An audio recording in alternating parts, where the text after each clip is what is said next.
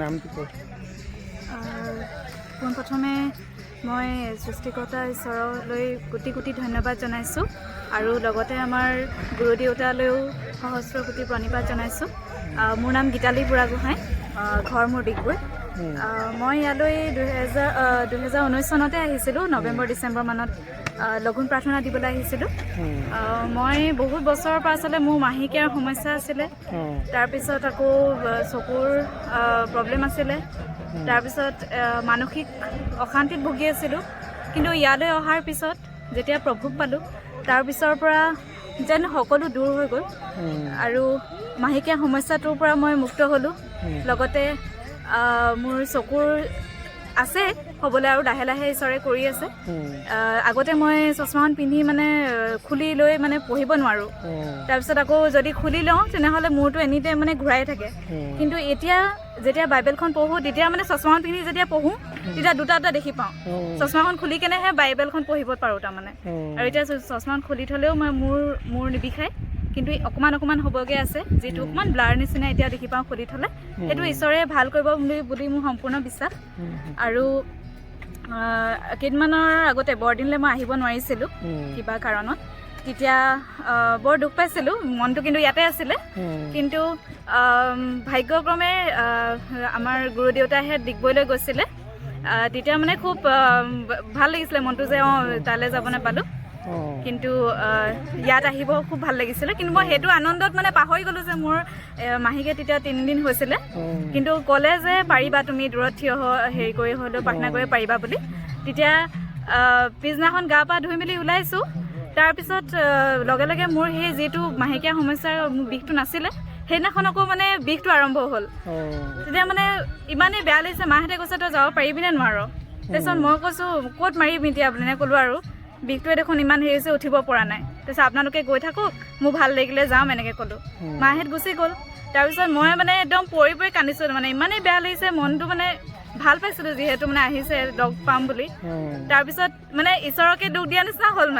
হেৰি মোক আপুনি ইমানেই বেয়া পায়নে, ইমানেই বিঘিনি দিয়ে, মই কিবা এটা ভাল এটা হেৰি ভাবিলে খুব কান্দিছোঁ। কিন্তু ঈশ্বৰৰ নাম শুনি আছোঁ আকৌ তথাপিও।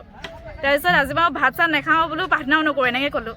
তাৰপিছত অকণমান সময় পিছত মায়ে ফোন কৰিলে, তই আহিবিনে কি বুলি। দেউতাহে তেতিয়াও আহি পোৱা নাই। তাৰপিছত মই বোলো এই যাওঁগৈ বুলি তেনেকৈ চিধা বিচনাৰ পৰা নামিছোঁ। বিষ চিক নাই তাৰমানে। তাৰপিছত যেতিয়া আপোনালোকৰ ওচৰলৈ আহিলোঁ, চবকে লগ পোৱাৰ পিছত তাত একোৱেই নাই বিষ চিক। তেতিয়া খুব দুখ লাগিছে, মই ঈশ্বৰক এনেই দুখটো দিলোঁ, বেয়া লাগিছে। তাৰপিছত আৰু এটা সাক্ষ্য আছিলে, মোৰ 24 জানুৱাৰীত এটা প্ৰগ্ৰেম আছিলে, মই গীতৰ লগত জড়িত। তেতিয়া প্ৰগ্ৰেমটোৰ কাৰণে তাৰ আগদিনাখনৰ 4 দিন 5 দিনমানৰ পৰা মোৰ কাহ আৰু চৰ্দি। এতিয়া মোৰ যদি প্ৰগ্ৰেমটো বেয়া হয় তেনেহ'লে বৰ লাজত পৰিবলগীয়া হ'ব, তেনেকৈ ভাবিলোঁ। তাৰপিছত মই কি কৰোঁ কি নকৰোঁকৈ ঠিক প্ৰাৰ্থনা কৰিলোঁ। তাৰপিছত মই ইন্দ্ৰজিৎ দাহঁতকো সুধিলোঁ যে মই কি অধ্যায় পাঠ কৰিলে হ'ব।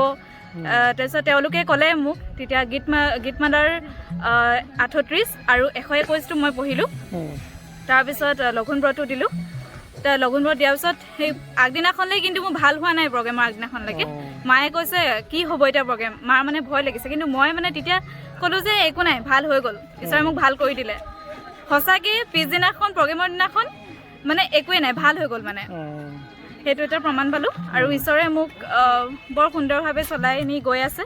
বৰ্তমান এটা কৰ্ম সংস্থাপনৰ কাৰণে মই ঈশ্বৰৰ ওচৰত প্ৰাৰ্থনা কৰি আছোঁ। সম্পূৰ্ণ বিশ্বাস ঈশ্বৰে মোক সেইটো যোগাব। সেয়ে ঈশ্বৰৰ ওচৰত সেইটোৱে প্ৰাৰ্থনা। ধন্যবাদ।